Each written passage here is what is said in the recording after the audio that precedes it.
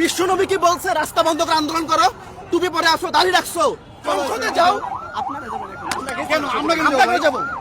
আমরা ভাত কামাই করে খাই, আমরা কামাই করে খাই, বাবার টাকা খাই না, বাবার টাকা খাই নাকি? আমরা যাবো? মানে তোমরা কি হয়ে গেছো? বিসমিল্লাহ বলে রাস্তা বন্ধ করে দিবা, বিসমিল্লাহ বলে রাস্তা বন্ধ করে দিবা। মানুষ মানুষ না, এগুলা মানুষ না। দাঁড়ান দাঁড়ান, ওগুলো মানুষ না। আমি আপনার ওইখানে 20 জনের সাথে মানুষ না।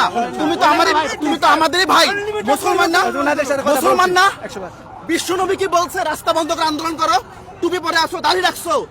কোন ইসলামে কোন জায়গায় আছে যে রাস্তা বন্ধ করে আন্দোলন করতে হবে? শুনেন, তরবার নিয়ে নেমে যাও, শহীদ হও। বুখারী শরীফে আছে প্রত্যেকই তার দায়িত্বশীলতার মানে তার অবস্থান থেকে দায়িত্বশীল। এটা কি অবস্থান? তোমার অবস্থান রাস্তায়? এই যে শুনেন, তুমি এই যে কত শিশু, 2 লাখ পোলাপান ধরেন এখানে আমরা 1.5 লাখের মতো পোলাপান আছি। তুমি তোমার কলেজকে বন্ধ করে দাও, 6 মাস ধরে শিক্ষা বোর্ডকে ধরো, পরীক্ষার ক্লাসে বসতে পারতেছে না। বিশ্ববিদ্যালয় মন্ত্রী কমিশনকে ধরো। এই যে পড়াশোনার অধিকার, ওদের রাস্তা কেন খোলা এখন? এই যে পড়াশোনার অধিকার বিশ্ববিদ্যালয় হনন মন্ত্রী করতে পারেন। তোমরা তো বিশ্ববিদ্যালয় মন্ত্রী কমিশনের আন্ডারে না তোমরা? হ্যাঁ, তো বিশ্ববিদ্যালয় মন্ত্রী কমিশন রাস্তা কেন খোলা? আমি ভুল বলছি? বিশ্ববিদ্যালয় মন্ত্রী রাস্তা কেন খোলা রাখছো? বন্ধ করে দাও, ওদের ভাত খাওয়া বন্ধ করে দাও। সেটা তো পারো নাই। তুমি কাদের লাথি মারছো? রিস্কাওয়ালা সাধারণ মানুষের লাথি মারছো কেন?